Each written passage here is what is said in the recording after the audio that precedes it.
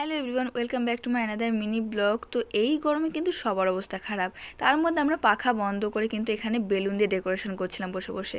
তো বেলুনগুলো ফোলানোর পরে ওরা সুতো দেবে সুন্দর করে বেঁধে নিচ্ছিল, মানে আমি বলে দিয়েছিলাম যেভাবে বাদ, আর আমি একটু ভিডিও করে নিই তখন।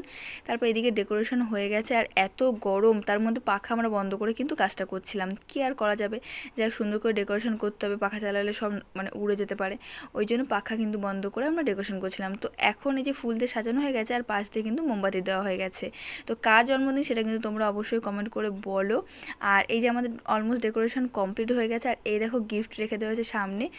আর গিফট কি আছে সেটা তোমাদের সঙ্গে আপাতত আমি শেয়ার করতে পারছি না। আর কার জন্মদিন সেটা তো তোমাদের বললাম যে কমেন্ট করে জানাও। এই ভিডিও মানে এই গিফটটা কিন্তু আমি তোমাদের সঙ্গে একদিন অবশ্যই শেয়ার করবো যে কী ছবি ছিল এখানে। তারপরে মোগলাই খেলাম, আর ভিডিওটা আমি এখানেই শেষ করছি। কেমন লাগলো জানিও অবশ্যই। আর সাবস্ক্রাইব করতে কেউ ভুলো না। দেখা হচ্ছে নেক্সট ভিডিওতে। টাটা।